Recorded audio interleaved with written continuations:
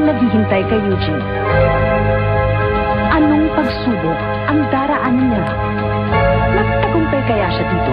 His life, but what adventures await him in the spirit world?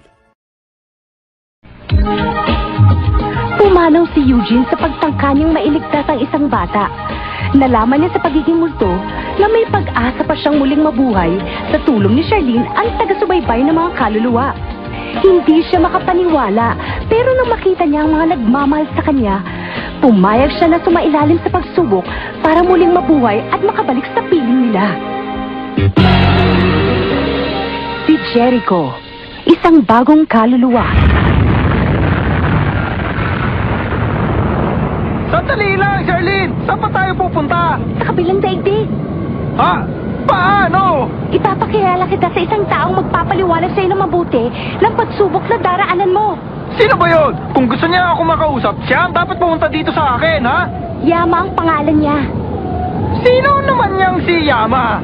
Makinig kang mabuti. Isang beses ko lang itong sasabihin. Magbigay ka ng galang kay Yama. Bago ka muling mabuhay, mapupunta ka muna sa mga apoy. Nagpapatawa ka ba? Babalik na lang ako!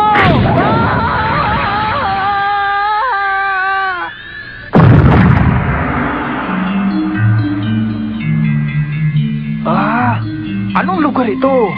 Mukhang napakahiwaga. Ayun na. Iyan ang daan papunta sa kabilang daigdig. Ha?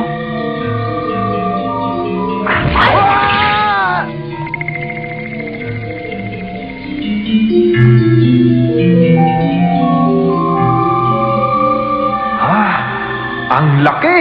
Si Charlene po ito. Pakibukas naman po. Ha? Ano yan? Tayo na. Ha? Sandali!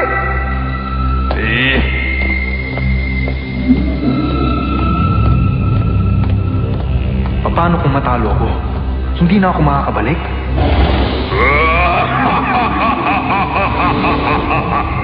Pero hindi. Kailangan lumaban ako. Kailangan kong gawin ng lahat para magtagumpay ako, hindi ba? Ano bang sinasabi mo? Hindi ka tumitingin. Wala. Si Charlene po ito. Kasama ko na po ngayon si Eugene. Sige, tuloy kayo.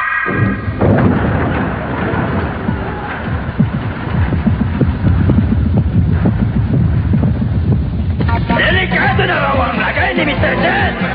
Hindi pa naman niya oras, ha? Sige lang, madali.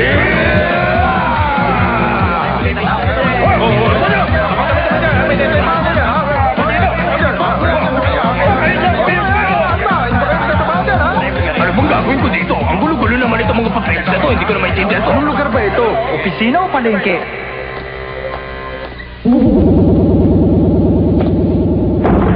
Yama, nandito na po kami.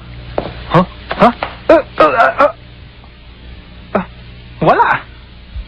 Tito, nandito ako. Ha? Ito ako. Ha? Siya ba si Yama? Maligayang pagdating. Tumuloy kayong dalawa. Kasama ko na po siya. Siya po si Eugene. Ano ka ba, Eugene? Magbigay galang ka. Patigil mo siya. Hoy, Charlene! Huwag mo nga akong lolokohin! Ano ka ba? Hindi kita lolokohin. Ibig mo sabihin sa akin na ang bata ito ay si Yama? Huwag mo siya ituturo. Natatakot pa naman ako. Ang totoo niyan, anak ako ni Yama. Ako si Jericho. Kahit na mukha akong bata, mas matanda ako sa'yo ng 50 taon, kaya dahan-dahan ka lang. Hindi ka naman mukhang matanda sa akin, ha? Alang mo siya! Kaya nang nakikita mo, marami akong ginagawa dito. Kaya, didiretsuhin na kita, Eugene. Ito ang pagsubok ng daraanan mo. Tignan mo! Hindi ba't itlog yung hawak mo? Kailangang ingatan mo ang itlog na ito. At kapag napisa na, kailangang palakin mo ang batang lalabas dito. Ano bang klaseng bata ang lalabas sa itlog na yan? Hindi basta ordinaryong bata ang lalabas sa itlog na ito. Ito ay itlog ng espiritu ng halimaw. Lumalaki sila at lumalakas ang kapangyarihan. Kapag napapataka nila ang enerhiyang nanggagaling sa kaluluwa ng isang tao. Batay sa kaluluwa ng isang tao, maaaring maging mabuti o masama ang kakalabanin nito.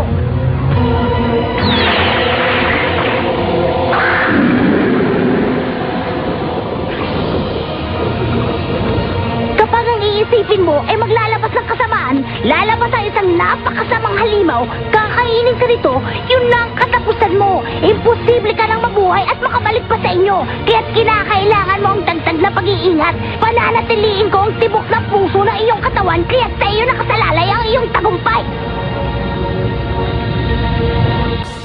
I can't believe I did that. Yusuke, I'm afraid you don't have time for reflection.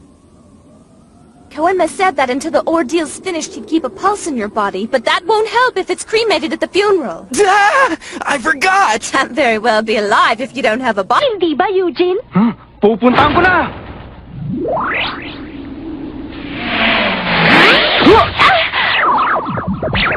Bakit, Eugene?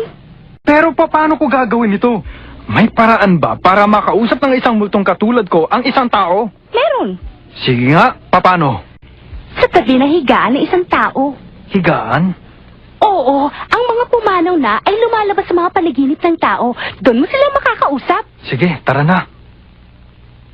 Hindi! Bakit? Bakit ka namatay, Eugene? Bakit sa aksidente pa? Hindi ka kasi nag-iingat.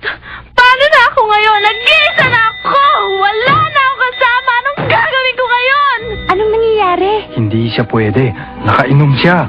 Paano na to? Sino kaya? Ah, alam ko na. Pupuntahan ko si Jenny.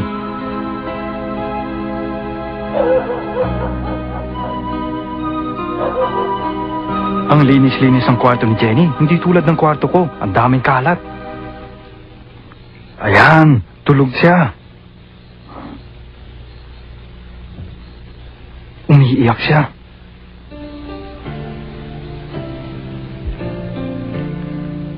Eugene!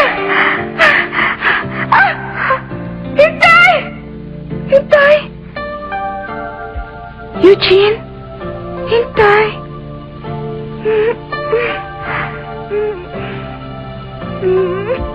Pwede ba, Jenny?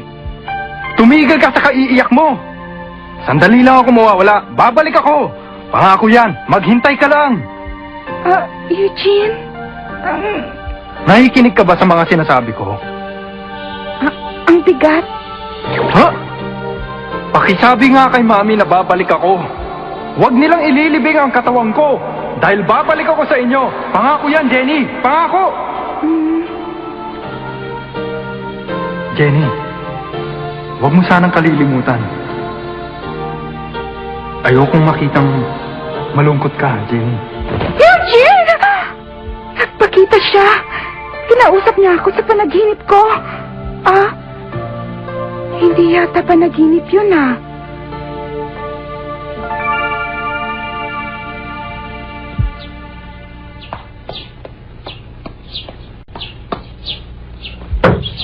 Tao po!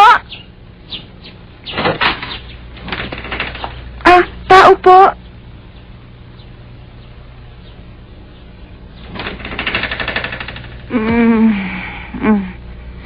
Jenny.